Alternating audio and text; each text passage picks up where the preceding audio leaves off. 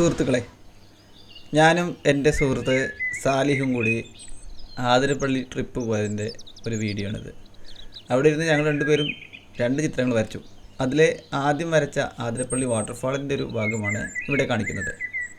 ഇവിടെ ഞാൻ സ്കെച്ച് ചെയ്യുന്നത് ശ്രദ്ധിച്ചാൽ നിങ്ങൾക്കറിയാം, വലതുഭാഗത്ത് താഴെയായി ചെറുതായാണ് ഞാൻ ഒരു ചെറിയ ഷെഡുണ്ട് അവിടെ അത് വരയ്ക്കുന്നത്. ഇതിൻ്റെ പെയിൻറ്റിങ് ഞാനിവിടെ കൂടെ ചേർക്കുന്നുണ്ട്. നിങ്ങൾക്ക് ഓരോ സ്റ്റെപ്പും അതുകൊണ്ട് മനസ്സിലാക്കാം. ഇതാണ് സാലിഹിൻ്റെ സ്കെച്ച്. ഒരു പ്ലാൻ സ്കെച്ചാണ്, തംബ്നെയിൽ സ്കെച്ച് എന്ന് പറയും. ഞാൻ അങ്ങനെ തംബ്നെയിൽ സ്കെച്ച് ഇട്ടിരുന്നില്ല. ആദ്യമൊക്കെ ഞാൻ ചെയ്യുമായിരുന്നു, ഇപ്പോൾ ചെയ്യാറില്ല.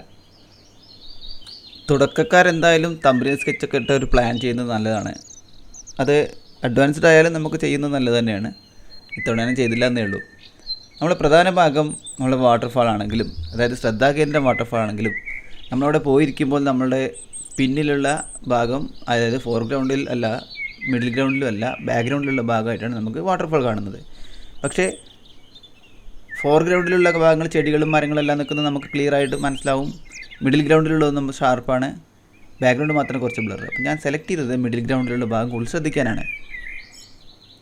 ആ ഷെഡും പാറക്കെട്ടുകളുമാണ് ചെയ്യുന്നത്. പാറക്കെട്ടുകൾ, കുറേ പാറക്കെട്ടുകളുണ്ട്. കുറേ പാറക്കെട്ടുകൾ ഒഴിവാക്കിയാണ് ചെയ്യുന്നത്. എല്ലാ പാറക്കെട്ടുകളും ചേർത്തിട്ടില്ല. നമ്മൾ കുറച്ച് പ്രധാനപ്പെട്ട എല്ലാം ചേർത്ത് ആ ഷെഡിന് ഒരു ഫോക്കസ് വരുന്ന രീതിയിൽ ആണ് ചെയ്യുന്നത്. ഇവിടെ ആദ്യം ഞാൻ ചെയ്തത് പെയിൻസ് ഗ്രേ, നേപ്പിൾസ് യെല്ലോ, ഇൻഡിഗ തുടങ്ങിയ കളറൊക്കെ ഉപയോഗിച്ചൊരു ഗ്രേ ഉണ്ടാക്കി ബ്ലെൻഡ് ചെയ്യുന്ന രീതിയിൽ. എഡ്ജ് കാണുന്നത് പാറയുടെ ആ ഒരു വക്കാണ്. ബാക്കി ആ മഞ്ഞ് വരുന്ന ഭാഗത്തേക്ക് ഇങ്ങനെ ബ്ലെൻഡ് ചെയ്ത് പോകുന്ന രീതിയിലാണ് ചെയ്തെടുക്കുന്നത്. അതോടൊപ്പം തന്നെ പാറകളും വരയ്ക്കുന്നുണ്ട്. പാറകൾ ഉപയോഗിക്കുന്നത് ബ്രൗണും ബ്ലൂവും മിക്സ് ചെയ്ത ഒരു ഗ്രേ കളറാണ്. അതിനൊപ്പം തന്നെ വെളിച്ചം വീഴുന്ന ഭാഗത്ത് ബ്രൗൺ ബേൺസീന ഡയറക്റ്റായി ഉപയോഗിക്കുന്നുണ്ട്, നേപ്പിൾസ് എല്ലാം ഉപയോഗിക്കുന്നുണ്ട്. ഇതൊരു പരീക്ഷണമാണ് സത്യത്തിൽ. ആദ്യമായിട്ടാണ് ഞാൻ ഇങ്ങനെ ഒരു സ്ഥലത്ത് പോയിട്ട് വരയ്ക്കുന്നത്. അതായത് ഇത്രയും വലിയൊരു സ്ട്രക്ചറിൻ്റെ മുന്നിൽ പോയിരുന്ന് പെയിൻറ്റ് ചെയ്യുന്നത്. നമ്മൾ ടൗണിലും പാടത്തും പറമ്പിലും എല്ലാം പോയി വരച്ചിട്ടുണ്ട്. പക്ഷേ ഇങ്ങനെ ഒരു വലിയൊരു സംഭവം, ഭയങ്കര സൗണ്ട്, നിറയെ ജനങ്ങൾ, അതിൻ്റെ ഇടയിലിരുന്ന് വരയ്ക്കുകയെന്ന് പറഞ്ഞാൽ കുറച്ച് മുട്ടിടിക്കുന്നൊരു കാര്യമാണ്. പക്ഷേ എനിക്കിപ്പോൾ അങ്ങനെയും തോന്നുന്നില്ല കേട്ടോ. അവിടെ പോയിരുന്ന സമയത്ത് എനിക്ക് തോന്നിയിട്ടില്ല. വല്ലാത്തൊരു സുഖമായിരുന്നു. നല്ല വെയിലുണ്ടെങ്കിലും ചൂടൊന്നും അനുഭവപ്പെടേണ്ടതില്ല. ചെറിയ ഒരു മഞ്ഞ് പോലെ ഇങ്ങനെ പടർന്ന് വരുന്ന വെള്ളം. പക്ഷേ പേപ്പർ പെട്ടെന്ന് ഉണങ്ങുന്നുണ്ട്. ഇവിടെ ഞാൻ ഉപയോഗിച്ചത് ശ്രദ്ധിച്ചാൽ അറിയാം. ബേൺസീനയുടെ കളർ അവിടെ കാണാൻ പറ്റുന്നുണ്ട്, പെയിൻസ് ഗ്രേ കാണാൻ പറ്റുന്നുണ്ട്. അതെല്ലാം ബ്ലെൻഡായി നിൽക്കുന്ന രീതിയിലാണ്. ഇവിടെ ഏറ്റവും പ്രധാനപ്പെട്ടത് ആ വെള്ളം വീണതിന് ശേഷം മഞ്ഞുതുള്ളികൾ പോലെ സ്പ്രെഡായി പോകുന്ന ഭാഗം ചെയ്യാനാണെന്ന് എനിക്ക് തോന്നിയത്. അതിനുവേണ്ടി ഞാൻ കുറച്ച് കഷ്ടപ്പെടുകയും ചെയ്തിട്ടുണ്ട്. ആദ്യമായിട്ടാണല്ലോ ഞാനിത് ചെയ്യുന്നത്. ഇതൊക്കെ ഒരു എക്സ്പീരിയൻസ് ആണ്. ആ ഒരു മൊമെൻറ്റിൽ പോയിട്ട് നമ്മൾ അനുഭവിക്കുക എന്ന് പറയുമ്പോൾ വല്ലാത്തൊരു എക്സ്പീരിയൻസ് ആണ്. ഔട്ട്ഡോർ ചെയ്യുമ്പോൾ പലപ്പോഴും എനിക്ക് തോന്നിയിട്ടുള്ളതാണ്, ഓരോ ദിവസവും ഓരോ രീതിയിലാണ് പെയിൻറ്റിങ് സംഭവിക്കുന്നത്. എത്ര നന്നായി ചെയ്യാൻ കഴിയുന്ന ആളാണെങ്കിലും ആ ഒരു സമയത്ത് നമുക്ക് ചിലപ്പോൾ ചെയ്യാൻ കഴിഞ്ഞില്ല എന്ന് വരാം. ഇവിടെ ഞാൻ ടിഷ്യൂ പേപ്പർ ഉപയോഗിച്ച് നനച്ച് ആ ഷാർപ്പ് എഡ്ജ് വരുന്ന ഭാഗം പുകമഞ്ഞ് പോലെയൊക്കെയാണ്. നിങ്ങൾ ഈ വീഡിയോ കാണുമ്പോൾ ആ ലൈറ്റ്, ചെടികൾക്കിടയിലൂടെ വരുന്ന ആ ലൈറ്റിൻ്റെ ഒരു ബുദ്ധിമുട്ടുണ്ടാകും. ഞാൻ വരയ്ക്കുമ്പോഴും എനിക്കത് ഫീലായിരുന്നു. ഇങ്ങനത്തെ എക്സ്പീരിയൻസൊക്കെ നിങ്ങൾക്ക് ഷെയർ ചെയ്യാൻ വേണ്ടിയിട്ടാണ് ഞാൻ ഇങ്ങനെയൊക്കെ വീഡിയോ ചെയ്യുന്നത്. ഈ വീഡിയോ തന്നെ എനിക്ക് മുഴുവനായിട്ട് കറക്റ്റായിട്ട് റെക്കോർഡ് ചെയ്യാനൊന്നും പറ്റിയില്ല. അതായത് ക്യാമറ കറക്റ്റ് സമയത്ത് നമുക്ക് ഉപയോഗിക്കാൻ പറ്റണം, അത് നമുക്ക് ഫോക്കസ് ചെയ്യാൻ പറ്റണം, അതിൽ ശ്രദ്ധിക്കണം, വരയ്ക്കണേ ശ്രദ്ധിക്കണം. അങ്ങനെ എല്ലാം കൂടി ആയപ്പോൾ ചെറിയൊരു ബുദ്ധിമുട്ടൊക്കെ വന്നു. ഇവിടെ വലതു ഭാഗത്തുള്ള മരങ്ങളാണ് വരയ്ക്കുന്നത്. മുകളിലുള്ള സ്കൈ അൾട്രാമറൈൻ കൊണ്ട് വരച്ചു. അവിടെ ക്ലൗഡ് വിടാൻ വേണ്ടി വൈറ്റ് വിട്ടിട്ടുണ്ട്. ചില ഭാഗങ്ങൾ ബ്ലെൻഡ് ചെയ്ത് നിർത്തുന്നുണ്ട്. ഇനി നമുക്കവിടെ കുറച്ച് കൊമ്പുകൾ വരച്ചിട്ടില്ലേ മുകളിൽ, അതിൻ്റെ അവിടെ എല്ലാം നമുക്ക് ബ്ലൂ ചേർക്കേണ്ടതുണ്ട്. ആ മരക്കൊമ്പിന് പുറകിലുള്ള ഭാഗമാണ് നമ്മൾ പെയിൻറ്റ് ചെയ്യുന്നത്. അതും അൾട്രാമറൈൻ ബ്ലൂ തന്നെയാണ്. അവിടെ കുറച്ച് കട്ടി കൂട്ടിയിട്ടുണ്ട്. അവിടെ നമുക്കിനി മരത്തിൻ്റെ കൊമ്പെല്ലാം വരയ്ക്കാൻ ഉള്ളതാണ്. ഇവിടെ ആ വാട്ടർഫാളിൻ്റെ മുകളിലുള്ള ബ്രൗൺ നിറം കണ്ടോ, അത് അവിടെയുള്ള കുറച്ച് മരങ്ങളാണ്. നമ്മളവിടെ ഇരുന്ന് നോക്കുമ്പോൾ അത് ഷാർപ്പായിട്ടാണ് നമുക്ക് കാണാൻ പറ്റുക. ദൂരെ നിങ്ങൾക്ക് കാണാൻ പറ്റിയത് ഷാർപ്പായിട്ടാണ് കാണാൻ പറ്റുക. അത് നമ്മൾ ഷാർപ്പായി വരച്ചാൽ നമ്മുടെ ഈ ഫോക്കസ് എല്ലാം തെറ്റിപ്പോവും. അതുകൊണ്ട് തന്നെ ആ വെറ്റ് ചെയ്യുന്ന സമയത്ത് തന്നെ കുറച്ച് ബ്രൗണ് ചേർത്ത് അതിനെ അവിടെ നിർത്തുമായിരുന്നു. ഈ വരയ്ക്കുന്നത് നമ്മുടെ അടുത്തുള്ള ഭാഗം കേട്ടോ, ദൂരത്തുള്ള ഇലകളല്ല വരയ്ക്കുന്നത്. നമ്മൾ നേരെ മുന്നിൽ ചാഞ്ഞ് നിൽക്കുന്ന കൊമ്പിൻ്റെ കുറച്ച് ഇലകൾ വെറ്റായി തന്നെ ചെയ്തെടുക്കുകയാണ്. അടുത്ത ലെയർ തുടങ്ങിയ ശേഷം ഷാർപ്പായിട്ട് ഇലകൾ നമുക്ക് വരയ്ക്കേണ്ടതുണ്ട്. ഈ ലെയറിൽ നമുക്കിങ്ങനെ ചെയ്ത് അവസാനിപ്പിക്കാം. ഇവിടെ അടുത്ത പാറ വരയ്ക്കുന്നത് പല പല പാർട്ടുകളായിട്ടാണ്, അതായത് പല കൈവഴികളായി ഒഴുകുന്ന ആ ഒരു വെള്ളത്തിൻ്റെ ഇടയിലുള്ള പാറകളാണ്. വെളിച്ചം വീഴുന്ന ഭാഗത്താണ് ഓറഞ്ച്, ബേൺസീന തുടങ്ങിയ നിറങ്ങളും, ഷാഡോ വരുന്ന ഭാഗത്ത് പെയിൻസ് ഗ്രേ, ബേൺസീന തുടങ്ങിയ നിറങ്ങളും മിക്സ് ചെയ്തിട്ടാണ് ചെയ്യുന്നത്. വെറ്റ് ഓൺ വെറ്റാണെന്ന് മനസ്സിലായല്ലോ. പക്ഷേ ഇത് പലപ്പോഴും നമ്മൾ ബ്രഷ് വെച്ച് വരുമ്പോഴേക്കും ഉണങ്ങിപ്പോവും. ചില ഭാഗങ്ങളിൽ നമ്മൾ ഇതുപോലെ പിക്ക് ചെയ്തെടുക്കേണ്ടി വരും, ചില ഭാഗങ്ങളിൽ സ്പ്രെഡായി പോവും. ഒരു പരീക്ഷണം തന്നെയാണ്. വീട്ടിലിരുന്ന് നമ്മൾ ചെയ്യുകയാണെങ്കിൽ നമ്മൾ കൺട്രോൾഡ് ആയ ഒരു സിറ്റുവേഷനിൽ നമുക്ക് പലതും ചെയ്തെടുക്കാം. പക്ഷേ ലൈവായി ഇങ്ങനെ ചെയ്യുമ്പോൾ പലതും നമ്മളെ കൈവിട്ടു പോകും. അതാണ് അനുഭവം. ആ അനുഭവം ഭയങ്കര കോൺഫിഡൻസ് തരും. ഏതെല്ലാം വരയ്ക്കണം, എന്തെല്ലാം ഫോക്കസ് ചെയ്യണം, ഏതെല്ലാം സബ്ജക്റ്റ് ബ്രൈറ്റ് ആയിട്ടിരിക്കണം, ഏതെല്ലാം കളർ ഉപയോഗിക്കണം, പല പല കാര്യങ്ങൾ. അതിൻ്റെ ഒപ്പം ഞാൻ ഈ വീഡിയോ റെക്കോർഡ് ചെയ്യുമ്പോഴുള്ള ക്യാമറ സെറ്റിങ്സും അതിൻ്റെ കാര്യങ്ങളും, അങ്ങനെ പല കാര്യങ്ങളും ശ്രദ്ധിക്കേണ്ടതുണ്ട്. അതുകൊണ്ട് തന്നെ പലപ്പോഴും നമുക്ക് നന്നായി പെർഫോം ചെയ്യാൻ പറ്റില്ല. പക്ഷേ ഈ ഒരു വീഡിയോയിൽ എനിക്ക് നന്നായിട്ട് ചെയ്യാൻ പറ്റിയിട്ടുണ്ട്. ഇത് റെക്കോർഡ് ചെയ്യുമ്പോൾ എനിക്ക് റെക്കോർഡിങ്ങിൽ പല ബുദ്ധിമുട്ടും സംഭവിച്ചിട്ടുണ്ട്. അവസാന ഭാഗത്ത് ചെറിയൊരു എററെല്ലാം സംഭവിച്ചു.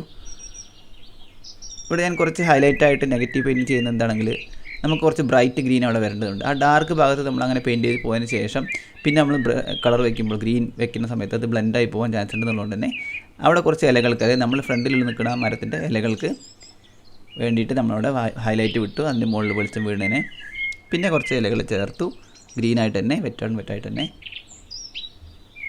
താഴേക്ക് അധികം ഷാർപ്പാവാതെ ബ്ലെൻഡ് ചെയ്ത് കൊണ്ടുവന്നു. എന്നാൽ അവിടെ നമുക്ക് ടെക്സ്ചറൊക്കെ വേണം. ഇനി നമുക്കവിടെ കുറച്ച് വെള്ളം വീണിൻ്റെ ലേയേഴ്സ് എല്ലാം ചേർക്കാനുണ്ട്. കുറേ ഭാഗങ്ങൾ പിക്ക് ചെയ്യോ അല്ലെങ്കിൽ കുറേ ബ്ലെൻഡ് ചെയ്യോ ഒക്കെ ചെയ്യണം. ഷാർപ്പായിട്ടൊന്നും ആ ഭാഗത്ത് വരാതിരിക്കാൻ ശ്രദ്ധിക്കേണ്ടതാണ്.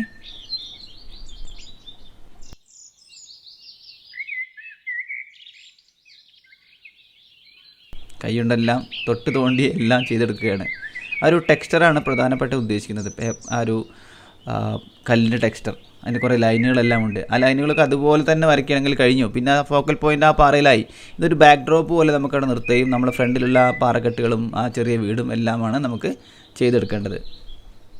ഓടയുടെ ഇല കൊണ്ട് മേഞ്ഞ ആ ഷെഡാണ് വരയ്ക്കുന്നത്. അതിനാദ്യം ഞാൻ ഉപയോഗിച്ചത് നേപ്പിൾസ് എല്ലുമാണ്. ആ ഇലയുടെ മുകളിൽ വീഴുന്ന ഭയങ്കര വെളിച്ചം ഹൈലൈറ്റ് ഭയങ്കരമായിട്ടുണ്ട്. എന്നാൽ കുറച്ച് നിഴലുകളുണ്ട്. അതേ സമയത്തിന് അതിനുള്ളിൽ കുറച്ച് ഇൻഡിഗോയും ചേർക്കുകയാണ്. നേപ്പിൾസ് എല്ലോ ഡയറക്റ്റ് കുറച്ച് ഡാർക്കായിട്ട് ഇൻഡിഗോ ചേർക്കുകയാണ്. ചെറിയ ബ്രഷ് എടുത്ത് ഡീറ്റെയിലായി ചേർക്കുകയാണ്. നിങ്ങൾക്കറിയാം ഇതെല്ലാം വെറ്റോൺ വെറ്റാണ്. ഒരു കളർ വയ്ക്കുന്നതിന് ഒപ്പം തന്നെ അടുത്ത കളറും വയ്ക്കുകയാണ്. അല്ലാതെ ആദ്യം ചെയ്യുന്ന പോലെ നെഗറ്റീവ് പെയിൻറ്റ് ചെയ്ത് കുറേ ലെയറുകൾ ചേർത്ത് വരുന്ന രീതിയിലല്ല. നിങ്ങൾക്കൊക്കെ പരീക്ഷിച്ച് നോക്കാവുന്നതാണ്. നല്ല കൺട്രോൾ ഉണ്ടെങ്കിൽ ഇത് നല്ല റിസൾട്ട് ഉണ്ടാക്കിയെടുക്കാൻ പറ്റും. പെട്ടെന്ന് വരച്ച് തീർക്കാനും നമുക്ക് പറ്റും. മുള കൊണ്ടുള്ള തൂണുകളെല്ലാം വരച്ചു. അതിനടുത്ത് തന്നെ ഡാർക്ക് പ്ലാസ്റ്റിക് കൊണ്ടോ മറ്റോ ഒരു തടസ്സം വെച്ചിട്ടുണ്ട്, ആൾക്കാർ അങ്ങോട്ട് പോകാതിരിക്കാൻ വേണ്ടിയിട്ട്. അതാണത്. അതിന് മുകളിൽ കുറച്ച് ബ്ലൂ ചേർത്ത് ആ വെളിച്ചം വീഴുന്നൊരു ഫീൽ ഉണ്ടാക്കി. എന്തോ ഒരു ഷീറ്റ് കെട്ടിയിരിക്കുകയാണ്. അതിനടുത്ത് തന്നെ കുറച്ച് ചെടികളുണ്ട്, അതിന് വേണ്ടി കുറച്ച് വൈറ്റ് അവിടെ വിട്ടിട്ടുണ്ട്. ഇതെല്ലാം ഒറ്റയടിക്ക് ചെയ്ത് തീർക്കുന്ന ഒരു രീതി എനിക്കും ഭയങ്കര ഇഷ്ടപ്പെട്ടു. കുറച്ച് കാലമായിട്ട് ഈ ഒരു പരീക്ഷണങ്ങളെല്ലാം ചെയ്യാറുണ്ട്. ഇവിടെ കണ്ട പെർമനൻറ്റ് ഗിരി അതിൻ്റെ മുകളിൽ ചെയ്യുകയാണ്. അപ്പോൾ ആ ചെടികളാണ് വരയ്ക്കുന്നത്. ഇനി അതിനുള്ളിൽ 2-3 പേര് ഇരിക്കുന്നുണ്ട്, 2 പേർ അവർ ചേർക്കണം. അതിനുള്ളിൽ കുറച്ചുകൂടി ഷാഡോ പോലെ, നിഴൽ പോലെ വേറെ ഷീറ്റ് കെട്ടിയിട്ടുണ്ട്. അതിന് അപ്പുറത്ത് ഷെഡിൻ്റെ അപ്പുറത്താണത്. അപ്പോൾ അതും വരയ്ക്കേണ്ടതുണ്ട്. ഇവിടെ കുറച്ച് കട്ടിയിൽ തന്നെ ഞാൻ ആ കളർ വയ്ക്കുന്നത്. അത് ബ്ലെൻഡായി പോകാതിരിക്കാൻ വേണ്ടിയിട്ടാണ്, ലൈറ്റായി പോകാതിരിക്കാൻ വേണ്ടിയിട്ടാണ്. ഈ തരത്തിലുള്ള ചിത്രങ്ങൾ വരയ്ക്കുമ്പോൾ ഈ കട്ടി ഭയങ്കര പ്രധാനപ്പെട്ടാണ്. എത്ര കളർ നമ്മൾ ബ്രഷിൽ ഹോൾഡ് ചെയ്യണം എന്നുള്ളത്. അതുപോലെ തന്നെ വെള്ളവും നമ്മൾ ലെയർ ബൈ ലെയർ ആയിട്ട് ചെയ്തെടുക്കുകയാണെങ്കിൽ നമുക്ക് അത്ര ബുദ്ധിമുട്ടുണ്ടാവാൻ ചാൻസ് ഇല്ല. പക്ഷേ ഇതിലങ്ങനെയല്ല. ഇതിനകത്ത് ഒരാൾ ഞാൻ വളരെ ശ്രദ്ധിച്ച് വരയ്ക്കുന്നുണ്ട്. വൈറ്റ് വിട്ടാണ് ചെയ്യുന്നത് നെഗറ്റീവ് പെയിൻറ്റിങ്. അവിടെ ഒരാൾ ഇരിക്കുന്നുണ്ട് തോന്നിക്കാൻ വേണ്ടിയിട്ടാണ്. പക്ഷേ നമ്മൾ വൈറ്റ് വിടാതെ ചെയ്യും. അങ്ങനെ ഒരു പരീക്ഷണം ചെയ്യാം. ഇതിന് കുറേ സമയം എടുത്തിട്ടുണ്ട് ഈ ഒരു ഭാഗം ചെയ്യാൻ. നമ്മുടെ ഫോക്കസ് പോയിൻ്റാണ്. ബാക്ക്ഗ്രൗണ്ട് ചെയ്തു തന്നതിൻ്റെ അത്രയും സമയം തന്നെ ഈ ഒരു ഷെഡ് ചെയ്യാൻ വേണ്ടി മാത്രം ഞാൻ എടുത്തിട്ടുണ്ട്. നിങ്ങൾക്ക് ക്ഷമയോടെ ഇത് കണ്ടിരിക്കുകയാണെങ്കിൽ കുറേ കാര്യങ്ങൾ ഇവിടെ മനസ്സിലാക്കാൻ പറ്റും. ഇത്രയും കാര്യങ്ങൾ ചെയ്യാനൊന്നും കണ്ടിരിക്കുന്നവർക്ക് ക്ഷമ ഉണ്ടാവില്ല. പക്ഷേ മനസ്സിലാക്കേണ്ടവർ തീർച്ചയായിട്ടും ഇത് കണ്ടിരിക്കുക, ചെയ്ത് നോക്കുക. അപ്പുറത്തിരിക്കുന്ന ആളെ വരച്ചത് വൈറ്റ് നിറം നിർത്തി ബാക്ക്ഗ്രൗണ്ട് ആണെങ്കിൽ ഇവിടെ ഡാർക്കായിട്ടാണ് വരയ്ക്കുന്നത്. അതായത് നെഗറ്റീവ് പെയിൻറ്റിങ്ങും ഇത് പോസിറ്റീവ് പെയിൻറ്റിങ്ങുമാണ്. ഇങ്ങനത്തെ ചെറിയ ചെറിയ ടെക്നിക്കൊക്കെ ഓരോ വീഡിയോയിൽ ഞാൻ പറയുന്നുണ്ട്, കണ്ടു നോക്കുക. അവിടെ ചെറിയ കമ്പുകളെല്ലാം നാട്ടിയിട്ടുണ്ട്. അതിനൊപ്പം അടുത്ത കല്ലാണ് വരയ്ക്കുന്നത്. കുറച്ച് ബ്രൗൺ ചേർത്തു, ബെൻസീന. അവിടെ വെളിച്ചം വീഴുന്നുണ്ട്. ഒരു പാറയാണ്, ഒരു കൂർത്ത പാറ അവിടെ നിൽക്കുന്നുണ്ട്. അതിൻ്റെ മുകളിൽ കുറച്ച് നേപ്പിൾസ് എല്ലാം വയ്ക്കുകയാണ്. അതായത് ആ ഡാർക്ക് ഉണങ്ങിയിട്ടില്ല. അതിന് മുമ്പ് തന്നെ നേപ്പിൾസ് എല്ലാം വയ്ക്കുമ്പോൾ ഡാർക്കിലേക്ക് ആ നേപ്പിൾസ് എല്ലാം ഇങ്ങനെ ഉരുകി ഒലിച്ച് വരുന്ന പോലെ വെള്ളത്തിൽ ഒലിച്ച് വരും. ഞാൻ ഉണ്ടാക്കിയെടുക്കുന്ന റിസൾട്ടല്ല അവിടെ ഉണ്ടാകുന്നത്, ഓട്ടോമാറ്റിക്കായി പേപ്പർ ബ്ലെൻഡായി വരുന്നൊരു റിസൾട്ടാണ്. ആ ഷെഡിൻ്റെ നിഴലിലിരിക്കുന്ന ആൾക്കാരെ നിങ്ങൾക്ക് ഇപ്പോൾ മനസ്സിലായിട്ടുണ്ടാകുന്നുണ്ട്. ഒരാളെ ഇനി നമുക്കൊന്ന് ബ്ലെൻഡ് ചെയ്യേണ്ട കൂടിയുണ്ട്, പിന്നീട് ചെയ്യാം. ചെറിയ ആ ഒരു ആംഗുലർ ബ്രഷ് കൊണ്ടാണ് ചെയ്യുന്നത്. ആംഗുലർ ബ്രഷിൻ്റെ വീഡിയോ നിങ്ങൾ കണ്ടിട്ടുണ്ടാവുമല്ലോ, നിങ്ങൾക്ക് ഇഷ്ടപ്പെട്ടിട്ടുണ്ടാവും. ഇതിലും അത് നന്നായി ഞാൻ ഉപയോഗിക്കുന്നുണ്ട്. ആ ഒരു വൈറ്റ്, അതായത് ആ ഷെഡിൻ്റെ മുകളിൽ വീഴുന്ന വൈറ്റ് ഒന്ന് കാണിക്കാൻ വേണ്ടിയിട്ടാണ് കുറച്ച് കളർ വെച്ചത്. അതിനവിടേക്ക് ബ്ലെൻഡ് ചെയ്തിട്ടാണ് അവിടെ പുക വരുന്നൊരു ഫീല് വേറെ ബാക്ക്ഗ്രൗണ്ടിലുണ്ട്, അതൊന്നും മിസ്സായി പോകരുത്. ഒരു ഷെഡിൻ്റെ മുകളിലൊരു കോല് വെച്ചിട്ടുണ്ടായിരുന്നു, അത് കുറച്ച് സ്പ്രെഡായിപ്പോയി. അതിന് ഞാൻ അവിടുന്ന് ഒപ്പിയെടുത്ത് ശരിയാക്കി.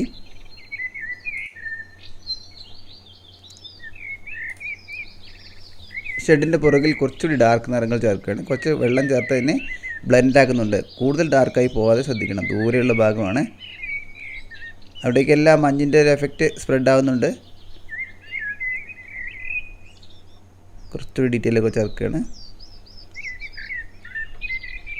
നല്ല ക്ഷമ വേണ്ടൊരു ഭാഗമാണ് കേട്ടത്. ഒന്നാമത് നമുക്ക് കൂടുതൽ ഡീറ്റെയിൽ ആയിട്ട് ശ്രദ്ധിക്കാൻ പറ്റുന്ന തരത്തിലല്ല അവിടെ സെറ്റപ്പ്. ഇനി ഇപ്പുറത്തുള്ള ചെടികളെല്ലാം ചേർക്കുകയാണ്. പാറയുടെ മുകളിലെല്ലാം കയറി നിൽക്കുന്ന ചെടികളുണ്ട്. അതിന് താഴെയാണ് നമുക്ക് ആ പാറക്കെട്ടുള്ളത്. അപ്പോൾ കുറേ പാറക്കെട്ടുകൾ തന്നെ ഉപേക്ഷിച്ചിട്ടുണ്ട്. മെയിനായിട്ടുള്ള കുറച്ച് പാറകൾ വരയ്ക്കുകയാണ്. അതിൻ്റെ മുകളിലുള്ള ലൈറ്റും ഷെയ്ഡും എല്ലാം ചേർക്കുന്നു. നേപ്പിൾസ് എല്ലാം ബേൺസീന വെച്ചിട്ടാണ് ലൈറ്റ് ചേർക്കുന്നത്.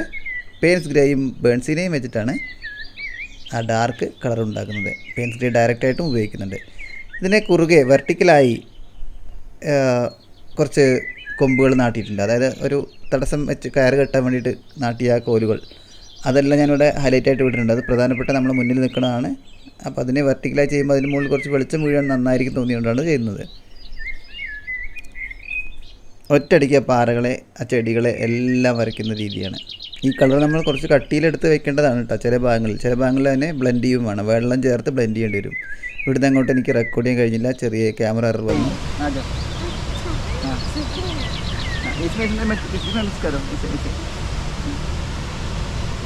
ऐसे करो फिर यहाँ पे,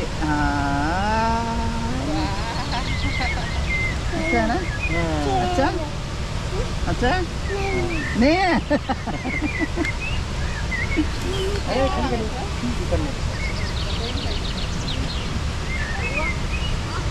ഹിന്ദിക്കാരോ ആണ്, അവരോടൊക്കെ സംസാരിച്ച് കുട്ടിയൊക്കെ നല്ല രസമായിരുന്നു. ഇതൊക്കെയാണ് എക്സ്പീരിയൻസ് അവിടെ ചെല്ലുമ്പോഴുള്ളത്. ഇനി എനിക്ക് കൂടുതൽ കാണിക്കാൻ കഴിയില്ല. ഇത് നിങ്ങൾക്ക് ഒരു നഷ്ടം തന്നെയാണ്, എനിക്കും നഷ്ടം തന്നെയാണ്. അടുത്ത തവണ കൂടുതൽ ശ്രദ്ധിച്ച് ചെയ്യാൻ ശ്രമിക്കാം. എനിക്ക് ആദ്യം വെച്ച സ്ഥലത്ത് ക്യാമറ വയ്ക്കാനും കഴിഞ്ഞില്ല. ഇനി കൂടുതൽ ഡീറ്റെയിൽ ചെയ്യുന്ന ബാക്ക്ഗ്രൗണ്ട്, അതായത് പ്രധാനപ്പെട്ട ഭാഗമായിരുന്നു മിസ്സായത്, ക്ഷമിക്കുക. അടുത്ത വീഡിയോയിൽ നമുക്ക് ഡീറ്റെയിൽ ആയിട്ട് സംസാരിക്കണം. ഇതിൽ ഈ ഒരു ആംഗിളിൽ നിന്ന് നമുക്ക് ഇനി റെക്കോർഡ് ചെയ്യാൻ കഴിഞ്ഞുള്ളൂ. അതുകൊണ്ട് തന്നെ ഉള്ളതുകൊണ്ട് നിങ്ങൾ തൃപ്തിപ്പെടണം. പെയിൻറ്റിങ് നിങ്ങൾക്ക് ഞാൻ കാണിച്ചു തരുന്നുണ്ടല്ലോ, അതിൽ നിന്ന് നിങ്ങൾക്ക് അത്യാവശ്യം കാര്യങ്ങൾ മനസ്സിലായിട്ടുണ്ടാവും. ആ മുകളിലുള്ള പാറക്കെട്ടും അതിൻ്റെ ബാക്ക്ഗ്രൗണ്ട് എല്ലാം വരയ്ക്കാനുണ്ടായിരുന്നു, അതെല്ലാം മിസ്സായിപ്പോയി. റിഫ്ലക്ഷനാണ് ചേർക്കുന്നത്. ആദ്യം ഒരു ലെയർ ഇട്ടിട്ടുണ്ട്, അത് ഉണങ്ങുന്നതിന് മുമ്പ് തന്നെ അതിൻ്റെ കൂടെ കുറച്ച് ഡാർക്ക് ചേർക്കുകയാണ്. ആ പാറയ്ക്ക് മുകളിൽ 2 പേർ നിൽക്കുന്നുണ്ട് ചെറുതായിട്ട്. അതൊന്നും എനിക്ക് റെക്കോർഡ് ചെയ്യാൻ കഴിഞ്ഞില്ല, അതെല്ലാം ഇനി വരയ്ക്കാനുള്ളതാണ്. ഇതാണ് ഒരു വൈഡ് വ്യൂ. കുറേ പേര് ഇതുപോലെ വന്നുപോയി, കുറേ പേര് സംസാരിച്ചു. ഞാനിപ്പോൾ കുറച്ച് തണലിലേക്ക് കയറിയിരുന്നു. ആദ്യം ആ സാലി ഇരിക്കണതിൻ്റെ നേരെ പുറകിലാണ് ഇരുന്നത്.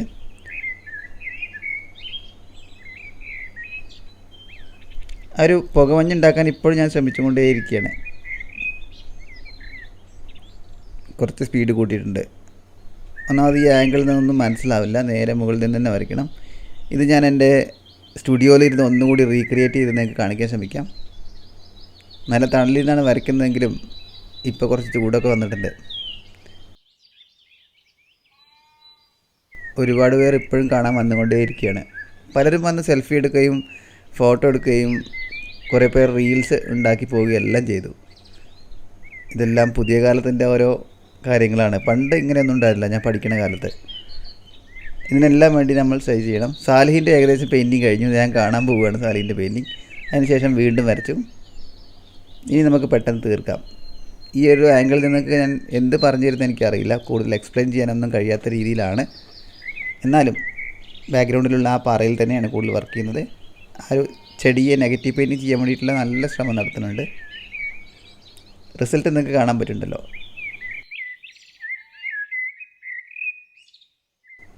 ഇതാണ് എൻ്റെ ഒറിജിനൽ പെയിൻറ്റിങ്. നിങ്ങൾക്ക് ഇഷ്ടപ്പെട്ടു എന്ന് കരുതുന്നു. ഇഷ്ടപ്പെട്ടാൽ നിങ്ങളുടെ അഭിപ്രായങ്ങൾ അറിയിക്കണം. ഇത്തവണത്തേക്ക് ക്ഷമിക്കുക. അടുത്ത തവണ വളരെ കൃത്യമായി ഞാൻ റെക്കോർഡ് ചെയ്ത് കാണിക്കുന്നതാണ്.